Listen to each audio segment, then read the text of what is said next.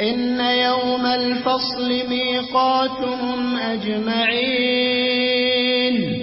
يوم لا يغني مولى عن مولى شيئا ولا هم ينصرون إلا من رحم الله إنه هو العزيز الرحيم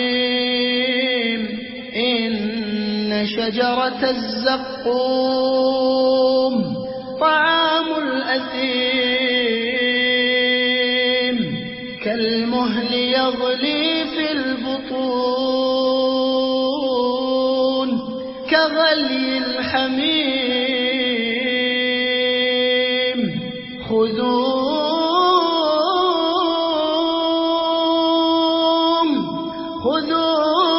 فاعتلوه إلى سواء الجحيم ثم صبوا فوق رأسه من عذاب الحميم ذق إنك أنت العزيز الكريم إن هذا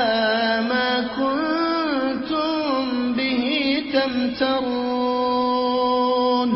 إن المتقين في مقام أمين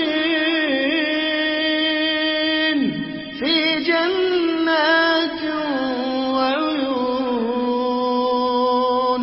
يلبسون من سندس وإستبرق متقابلين كذلك وزوجناهم بحور عين يدعون فيها بكل فاكهة آمنين لا يذوقون فيها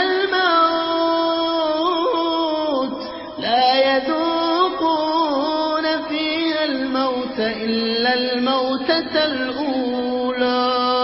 ووقاهم عذاب الجحيم فضلا من ربك ذلك هو الفوز العظيم